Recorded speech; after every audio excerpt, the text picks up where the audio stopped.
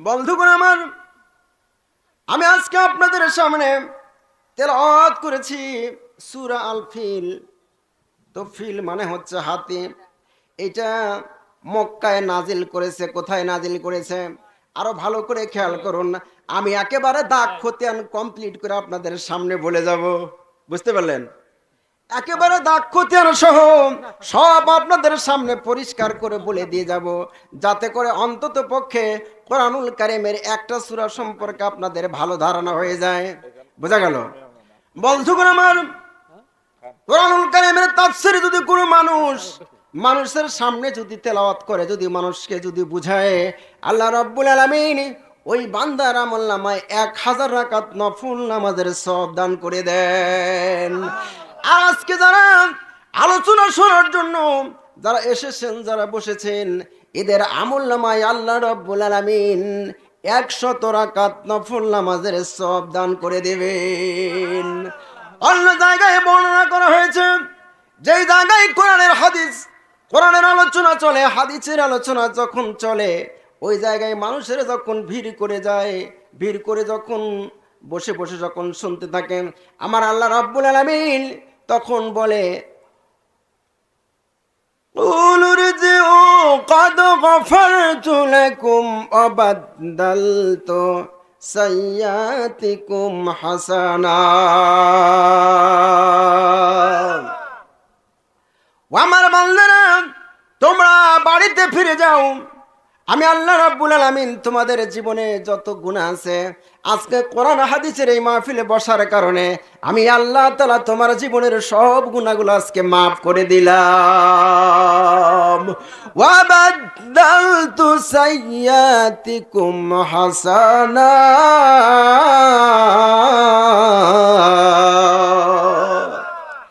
আমি শুধু তোমাদের অপরাধগুলাকে মাফ করে ক্ষান্ত হব না, তোমাদের যত পাপ রয়েছে সেই পাপগুলাকে আমি আল্লাহ তাআলা আজকে নেকি বানায়া দিলাম। একটু জিকির করেন, লা ইলাহা ইল্লাল্লাহ, লা ইলাহা ইল্লাল্লাহ, লা ইলাহা ইল্লাল্লাহ, লা ইলাহা ইল্লাল্লাহ, লা ইলাহা। ইল্লাল্লাহ, লা হোটেল আলামিন 2500 টাকা দিচ্ছে। লা ইলাহা ইল্লাল্লাহ, লা ইলাহা ইল্লাল্লাহ, লা ইলাহা ইল্লাল্লাহু মুহাম্মাদুর রাসূলুল্লাহ সাল্লাল্লাহু আলাইহি ওয়াসাল্লাম।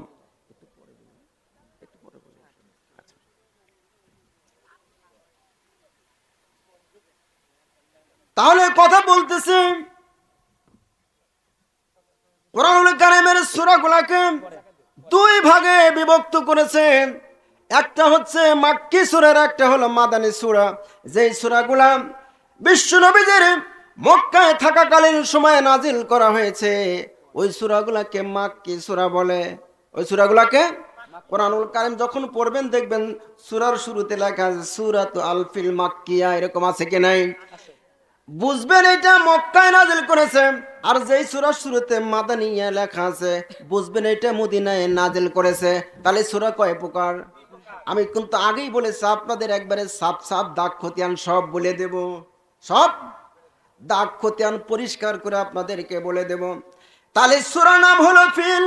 এবার নামকরণ আপনাদেরকে বলি, কেন আল্লাহ রাব্বুল আলামিন এই সূরার নাম ফিল রাখলেন? এই সূরার নাম ফিল কেন রাখলে? অন্য একটা নাম রাখলে তো আমরা ভুল ধরতাম না। ধরতাম কি? আমরা কেউ ভুল ধরতাম না। কেন আল্লাহ তাআলা এই সূরার নাম ফিল দিয়েছেন? এবার ভালো করে খেয়াল করুন, দিলটা একটু নরম করে দেন, আমার কথার দিকে একটু কান লাগায় দেন। এই সূরার শুরুতে আল্লাহ রাব্বুল আলামিন প্রথম আয়াতের ভিতরে ফিল শব্দ উল্লেখ করেছে মর্মে, ওই শব্দকে কেন্দ্র করে সূরার নাম ফিল রেখেছেন। আবার একটু ভালো করে খেয়াল করেন, আমি একটা সূরা বলি, ওই দেখা যায় তাল গাছ ওই আমাদের গা, ওইখানেতে বাস করে কানা বগের স্যার। এখন তো পুরা সূরাটা আপনাদের মনে আছে, আছে না? এখন শুরু থেকে শেষ পর্যন্ত বলেন দেখেন এক জায়গায় আর তাল গাছ নাই, আছে কি? কয় জায়গায় আছে তাল গাছ? এক জায়গায় আছে। প্রথম লাইনে তাল গাছ শব্দকে কেন্দ্র করে সরার নাম যেরকম লেখকে তাল গাছ রেখেছে, অনুরূপ ভাবে সূরার শুরুতে প্রথম আয়াতে ফিল শব্দ রয়েছে মর্মে সূরার নাম রাখা হয়েছে ফিল। ألم تر كيف فعل ربك بأصحاب الفيل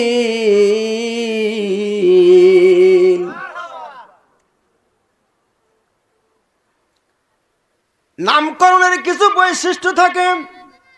কোনো মানুষকে যদি জিজ্ঞাসা করা যায় ভাই তোমার নাম কি, যদি বলে শুকুর আলী, শুকুর আলী আপনাদের এলাকায় মানুষের নাম আছে কি নাই? যদি বলা যায় ভাই তোমার নাম কি, ওই ভাই যদি বলে আমার নাম শুকুর আলী, জিজ্ঞাসা করবেন তোমার নাম রফিকুল হলেও তো পারতো, তোর শুকুর আলী কেন? ওই ভাই বলবে আমি নাকি শুক্রবারে হয়েছি, সেই জন্য আমার দাদা নাম রেখেছেন শুকুর আলী। এটা হচ্ছে নাম রাখার বৈশিষ্ট্য। এটা কি কোনো কিছুর নাম রাখার কথা বলেন? কোনো কিছুর নাম রাখার। যদি কারো নাম রফিকুল হয়, জিজ্ঞাসা করবেন ভাই তোমার নাম রফিকুল কেন? বলবা আমি রবিবারে হয়েছে, এই জন্য তার নাম হচ্ছে রফিকুল।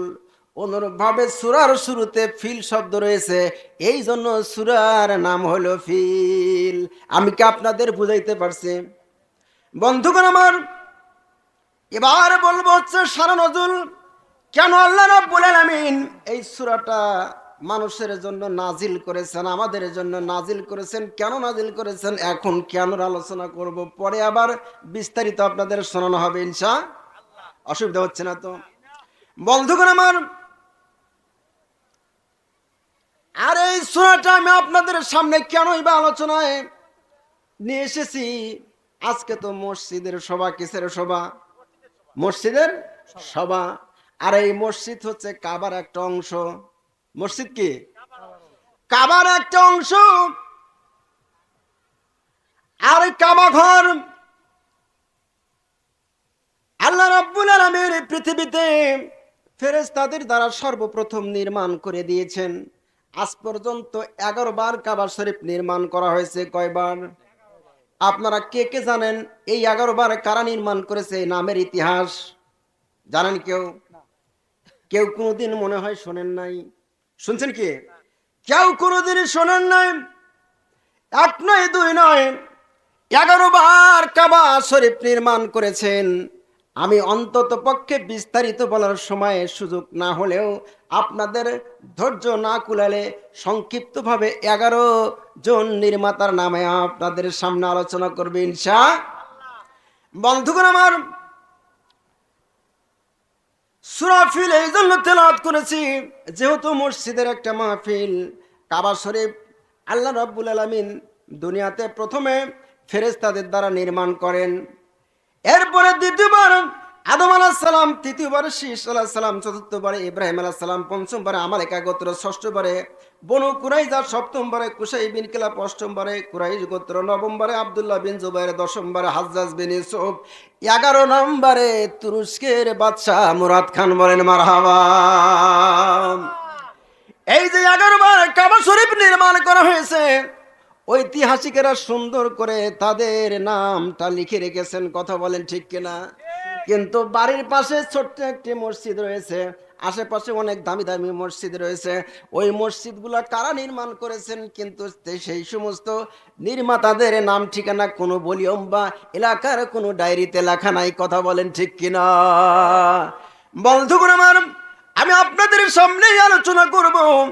আপনারা যে মসজিদ এখানে নির্মাণের জন্য কাজ চলছে, এখানে যদি আপনারা টাকা দিয়ে পয়সা দিয়ে যদি সাহায্য সহযোগিতা যদি করেন, অন্তত পক্ষে দুনিয়ার কেউ যদি সেই নামের তালিকা সংরক্ষণ যদি না করেন, আমার আল্লাহ তাআলা তার নিজস্ব কুদরতি হাত দিয়ে ওই বান্দাগুলার নামের তালিকা সংরক্ষণ করে দেবেন। কোন মারহাবা।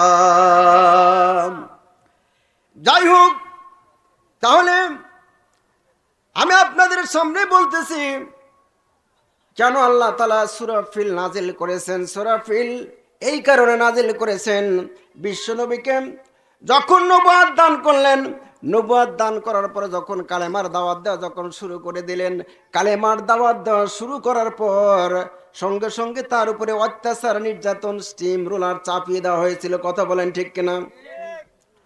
পক্ষান্তরে অত্যাচার নির্যাতন যখন ক্রমান্বয়ে যখন বাড়তেই ছিল, তখন আল্লাহ তাআলা বিশ্ব নবীকে সান্ত্বনা দেওয়ার জন্য সুরাফিল নাজিল করে দিয়েছেন। সুরাফিল নাজিল করে দিয়ে বিশ্ব নবীকে বুঝালেন, ওগো নবী তুমি ভয় পেও না, তুমি কি জানো না আব্রাহা বাদশাহ বিশাল সেনাবাহিনী নিয়ে কাবাঘর ধ্বংস করার জন্য এসেছিল। আমি আল্লাহ রাব্বুল আলামিন কাবাঘরকে ধ্বংস করে দেই নাই, আমার কাবাকে আমি সংরক্ষণ করে রেখে দিয়েছি। কথা বলেন ঠিক কিনা? আজ যারা তোমার সাথে যারা দুশ্মনী করে, ওই দুশ্মনের একদিন ধ্বংস হয়ে যাবে আমার চক্রান্তের কাছে, ওদের সকল চক্রান্ত নস্যাৎ হয়ে যাবে। আমি তোমাকেই এই পৃথিবীতে আমি প্রতিষ্ঠিত করে দেব। কথা বলেন ঠিক কিনা? আল্লাহ তাআলা তাই বলেছেন, আলাম ইয়াজআল কাইদাহুম ফি তাদলিল।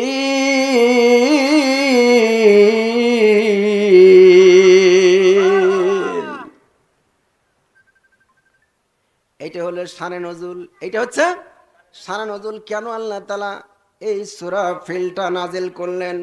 বন্ধুগণ আমার, কাবার কথা বললাম, কাবা আর এই মসজিদটা হচ্ছে কাবার একটা অংশ। এই দুনিয়াতে আমরা তো সাধারণত জানি কাবা হচ্ছে একটা। কয়টা কাবা? কয়টা? নাকি আরো দুই একটা আছে? নাকি দুই একটা নাই? তাহলে আমি আরো দুই একটা কাবার নাম বলি। আরো দুই একটা কাউ কি হুজুর আছে না? আরো দুই একটা কাবা আছে। আমাদের যেই কাবার দিকে আমরা নামাজ পড়ি, ওই কাবার নামাজ পড়ার পূর্বে আমাদের নবী সাল্লাল্লাহু আলাইহি সাল্লাম সহ হাজারো মুসলমানেরা ওই ফিলিস্তিনের মসজিদে আকসার দিকে নামাজ পড়তেন। কথা বলেন ঠিক কিনা? তার মানে ওটাও একটা কাবা। ওটাও একটা কাবা। শুধু তাই না, আরো কিছু নতুন নতুন কথা আপনাদেরকে আমি উপহার দেব, যে কথাগুলো আপনারা জিন্দেগিতেও কোনোদিন শোনেন নাই। কথা বলেন ঠিক কিনা? দেখি ভালো, শুনি গো ভালো, দেখি ভালো, শুনি গো ভালো। আমরা যা দেখি, দেখতে আমরা সব কি দেখি? ভালো দেখি। ভালো দেখি না? আবার শোনার সময় কি আমরা ভালো শুনি, কিন্তু আমাদের কাছে হিসাব নিকাশ নাই। কাবা কাবাই আমরা মনে করি, কিন্তু এই কাবার ভিতরেও আসলও আছে, নকলও আছে। আসল আছে কি? আসলও আছে, নকলও আছে। আপনারা এখানে যারা বসেছেন আসল কাবার খবরটা জানেন, কিন্তু এই কাবাকে প্রতিষ্ঠিত করতে গিয়ে আল্লাহ রাব্বুল আলামিন তার হাবিবকে সঙ্গে করে নিয়ে, মুমিন বান্দাদেরকে সঙ্গে করে নিয়ে অনেক মুমিনদের রক্তক্ষরণ করতে হয়েছে, তাদের শরীরে ঘাম ঝরাইতে হয়েছে কাবাকে প্রতিষ্ঠিত করতে। কথা বলেন ঠিক কিনা? বন্ধুগণ আমার, একটা হচ্ছে মসজিদুল আকসা, আপনারা আঙ্গুল ধরেন, মসজিদুল আকসা। একটা হচ্ছে ইকলিসা, একটা হচ্ছে ইকলিম, আর একটা হচ্ছে কাবাতুল মুশাররফা। কাবাতুল মুশাররফা যেটা মক্কায় অবস্থান করতেছে। তাহলে কাবা কয়টা হলো? চারটা হলো। তার মানে এই চারটা কাবার ভিতরে যেহেতু কাবা চারটা, তাহলে এর মধ্যে আসলও আছে, আসলও আছে, নকল আছে। এই দুনিয়ায় কিন্তু সব জিনিসের ভিতরেই ভেজাল আছে কি নাই? সব জিনিসের ভিতরে কি আছে? কম বেশি ভেজাল আছে। যেমন আমরা সাধারণত জানি, আমি উদাহরণ দিয়েছি, আপনারা স্পষ্ট বুঝে ফেলেছেন যে কাবার ভিতরেও ভেজাল ছিল এক সময়। কাবার ভিতরে কি ছিল? ভেজাল ছিল। কিন্তু খোদার ভিতরে তো ভেজাল নাই। আছে কি? খোদার ভিতরে ভেজাল আছে? একমত? ফেরাউন বলেছিল আনা রব্বুকুমুল আলা। ফেরাউন বলেছিল আনা রব্বুকুমুল আলা, আমি সবচাইতে বড় খোদা, আমি সবচাইতে। এই কথা ফেরাউন বলেছিল কি বলে নাই? এই কথা ফেরাউন তাফসিরে মাযহারির ভিতরে আল্লামা বাগবী রহমাতুল্লাহ আলাইহি 284 পৃষ্ঠায় বর্ণনা করেছেন, এই দুনিয়ার যত খ্রিস্টান ইহুদির নাসারারা রয়েছে, তাদের দাবি হচ্ছে আল্লাহর নৈকট্য অর্জন করার জন্য, আল্লাহ রিজামন্ডি হাসিলের জন্য আমরাই সবচেয়ে বড় দাবিদার। কেননা আমরা আল্লাহর পুত্রকে ভালোবাসি, কন্নাউজুবিল্লাহ। তারা হচ্ছে তিন খোদায় বিশ্বাসী। কয় খোদা? আচ্ছা, খোদা যদি তিনটা হয় তাহলে এর ভিতরে ছোট আর বড় মাইজলা আছে কি নাই? প্রবাদে একটা কথা আছে যে যেই শুনবো যে, তাই না, আছে কি নাই? যেই বুঝবো মাইজলা, যেই শুনবো মাইজলা ভাই, তেই বুঝবো যে তিন ভাই। তার মানে বড় এক ভাই আছে, মেজো এক ভাই আছে, ছোট এক ভাই আছে। খ্রিস্টানদের কথা হচ্ছে আমরা আল্লাহর ভালোবাসা পাওয়ার জন্য সবচাইতে বেশি হকদার দাবিদার। কেননা আমরা আল্লাহর স্ত্রীকে ভালোবাসি, আমরা আল্লাহর পুত্রকে ভালোবাসি। এটা ছিল তাদের দাবি। কিন্তু আমরা যে আল্লাহর গোলামি করি, লাম ইয়ালিদ ওয়া লাম ইউলাদ, কথা বলেন ঠিক কিনা? তিনি কোনো মানুষের পিতা না এবং তিনিও কারোর পুত্র নন। আমরা এমন ইলাহার ইবাদত করি, আমরা এমন মালিকের গোলামি করি যিনি কারোর পুত্র না, পক্ষান্তরে আবার তিনি কারোর পিতাও নন। অথচ তারা তিন খোদায় বিশ্বাসী ছিল। তার মানে হচ্ছে কি, খোদার ভিতরে কি ছিল? ভেজাল ছিল। খোদার মধ্যে কি ছিল? ভেজাল ছিল। তারাই তো কিয়ামতের ময়দানে সফল কাম হবে যারা তাদের খোদাকে চিনতে পেরেছে। কথা বলেন ঠিক কিনা? কেননা খোদার তো অভাব নাই। খোদার কি নাই? অভাব নাই। রাম, লক্ষ্মণ, সীতা, কার্তিক, দুর্গা, সরস্বতী, লক্ষ্মী, লাত, মানাত, জাহবুল, ইয়াউকিয়া, গুস, ইয়াউক, নাসার, এগুলো সব যুগে যুগে খোদাদের এগুলা হলো নাম। জোরে সোরে পড়ুন নাউজুবিল্লাহ। খোদাদের এগুলা নাম। তারা তাদের উপাসনা করে, ইবাদত করে আল্লাহকে খুশি করার জন্য। এটা তাদের ভুল ধারণা। এটা তাদের কি ভুল ধারণা?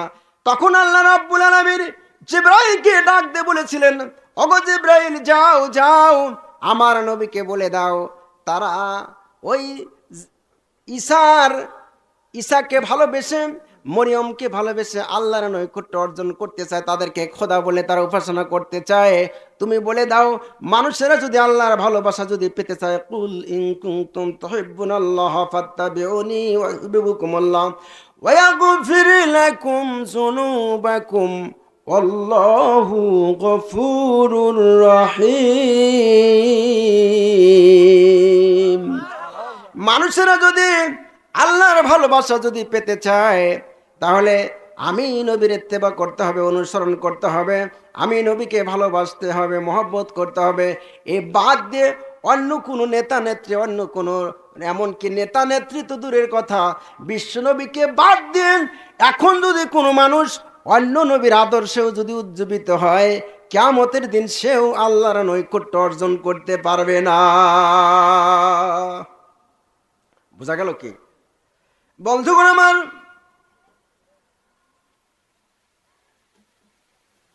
ইয়ামিনের বাদশাহ আবরাহা, এই আবরাহা বাদশাহ চিন্তা করলো, মক্কায় তো একটা কাবা শরীফ রয়েছে। মক্কায় কি আছে? একটা কাবা আছে। এখন আছে কি নাই? মক্কায় একটা কি আছে? কাবা আছে। বিশ্বের প্রান্ত থেকে হাজারো লোকজন এই মক্কায় আসে হজ করার জন্য।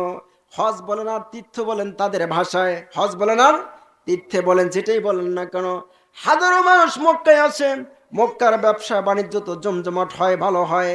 তো মক্কার এই কাবাকে আমরা ধ্বংস করে দিয়ে যদি আমাদের দেশে যদি একটা কাবা ঘর বানাই, আর আইন করে যদি আমরা সেটা নিষেধ করে দেই, আইন করে যদি নিষেধ করে দেই, এখনো কিন্তু অনেক কিছুর আইন করে নিষেধ করা হয়, হয় কি হয় না?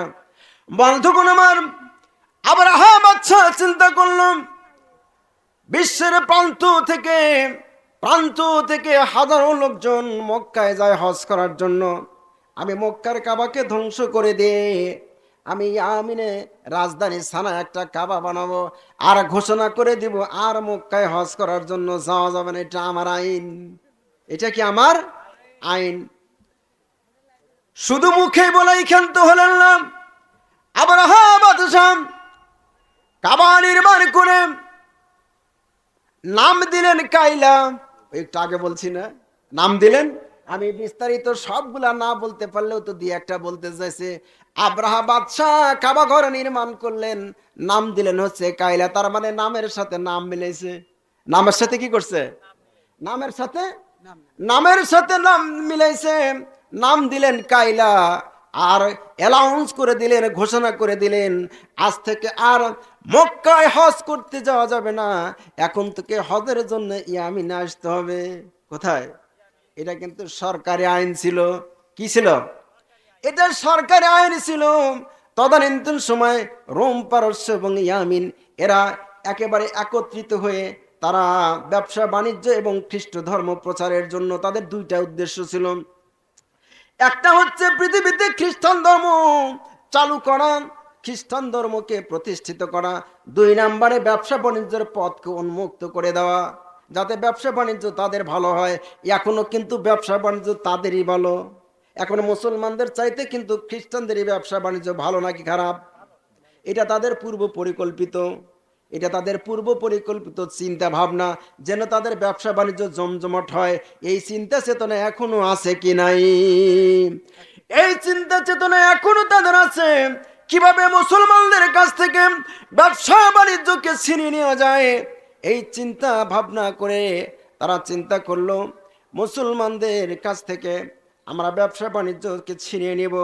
এর এক নম্বরের কাজ হচ্ছে কাবা ঘরকে ধ্বংস করতে হবে। কাবা ঘরকে ধ্বংস করতে হবে।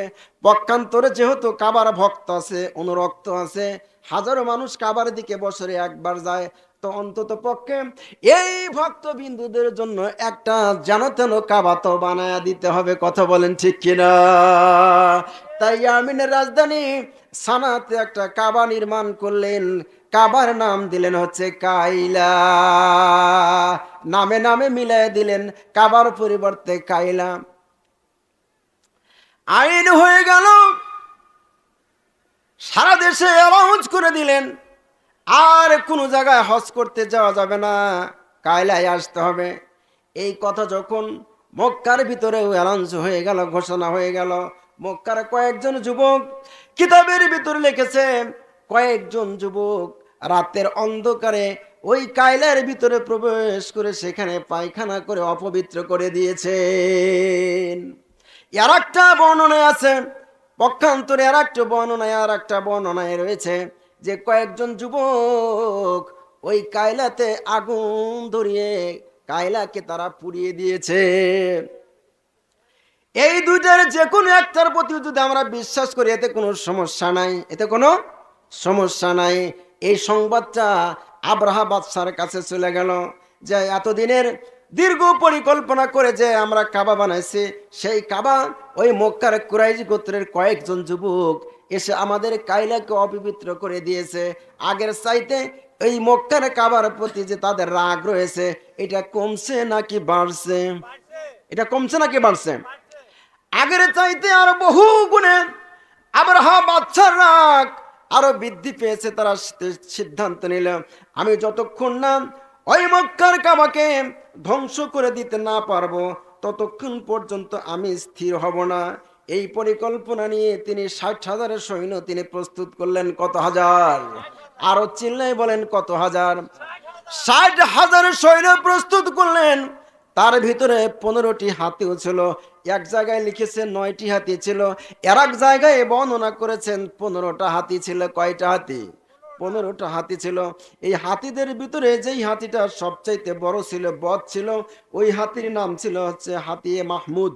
হাতিয়ে মাহমুদ। এটা ওই বড় হাতি, যেই হাতির শানে এই সূরাটা নাযিল করা হয়েছে, যেই হাতির শানে নামে আল্লাহ তাআলা এই সূরাটা নাজিল করেছেন। যাই হোক, এই 60,000 সৈন্য নিয়ে আব্রাহা বাদশা রওনা হলেন মক্কার দিকে, মক্কার ওই কাবা ঘরকে ধ্বংস করার জন্য। কিন্তু কাবার দরদি আছে কি নাই? কাবার দরদি আছে কি নাই? জুনফা নামক একজন ইহুদি তার কতিপয় ভক্ত অনুরক্তদেরকে নিয়ে চিন্তা করলেন, তাদের ভিতরে যদি আমাদের মতো কলেমা পড়া ইমাম ছিল না, কিন্তু তারা চিন্তা করলেন আমরা যুগে যুগে আমাদের পূর্বপুরুষ সহ আমরা এই কাবার চতুর্দিকে আমরা প্রদক্ষিণ করি, চতুর্দিকে আমরা প্রদক্ষিণ করি, এই কাবাকে আমরা সম্মান করি, ইজ্জত করি। আজকে চোখের সামনে ওই কাবাকে ধ্বংস করে দিবে, এটা তো মেনে নেওয়া যায় না। জুনপুরা নামক এই সরদার কয়েকজন লোককে সঙ্গে করে নিয়ে বিশাল সেনাবাহিনীর সামনে দাঁড়িয়ে গেল।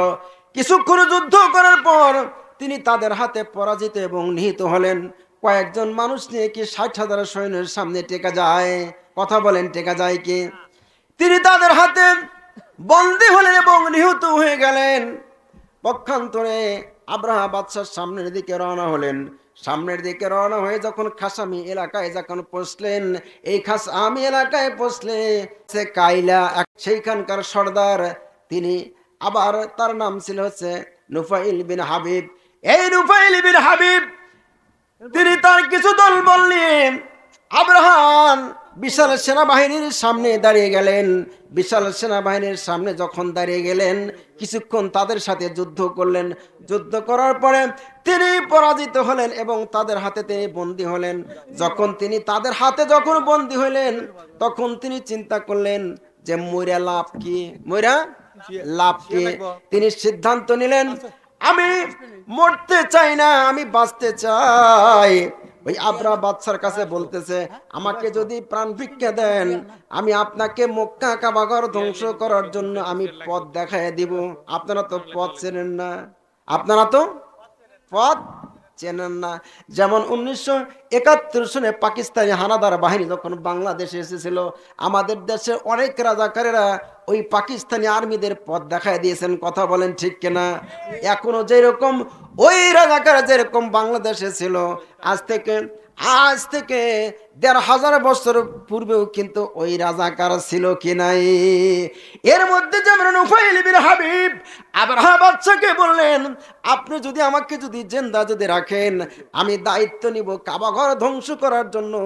আপনারা তো এই ইয়ামিন থেকে কোনোদিন মক্কায় আসেন নাই, এই 60,000 সেনাবাহিনী আপনারা রাস্তা চেনেন না, আমি রাস্তা দেখাই দিব যাতে কাবা ধ্বংস করা আপনাদের জন্য সহজ হয়। আব্রাহা বাদশাহ মনে করলেন, এইরকম একটা লোকেরই তো আমার দরকার। কথা বলেন ঠিক কিনা? এইরকম একটা লোকেরই। আব্রাহা বাদশাহ তাকে বাঁচায় রাখলেন।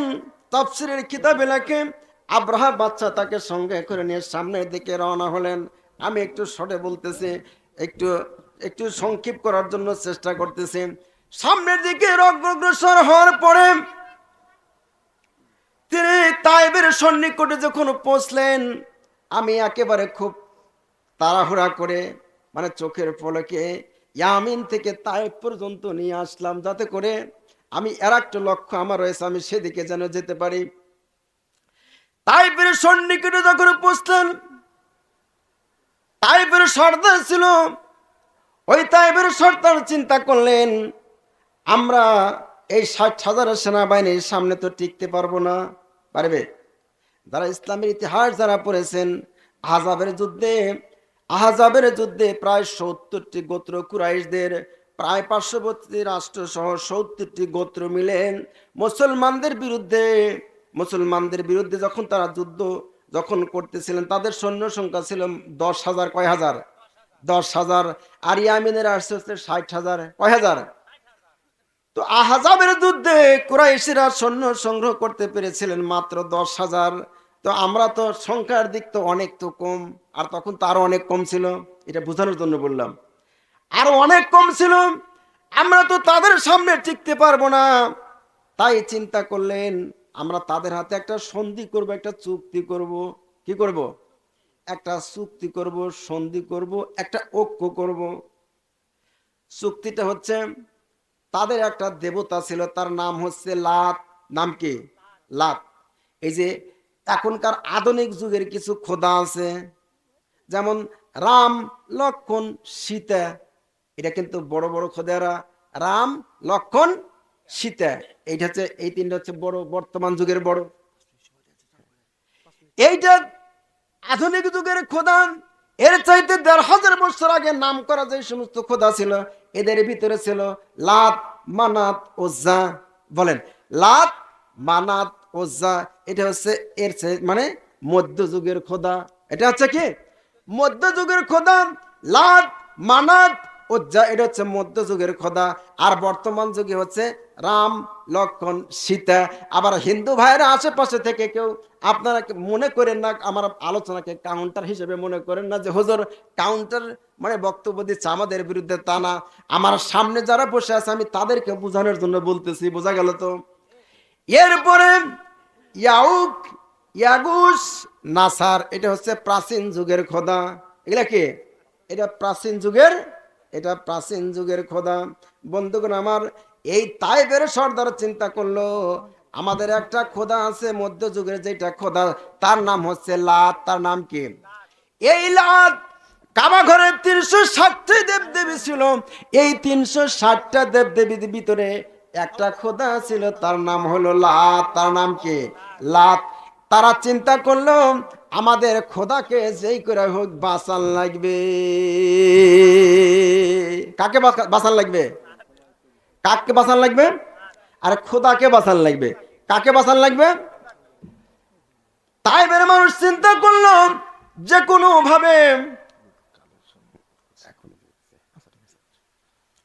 যে কোনো ভাবেই হোক আমাদের খোদাকে বাঁচান লাগবে, লাতকে বাঁচান লাগবে। আমরা বাদশার সাথে চুক্তি করলো আমাদের খোদাকে বাঁচায় দেন, আমরা আমাদের পক্ষ থেকে একজন প্রতিনিধি দিয়ে দিব, নিযুক্ত করে দেব, যিনি কাবাঘর ধ্বংস করার জন্য সহযোগিতা করে দেবে। কন্নাউজুবিল্লাহ।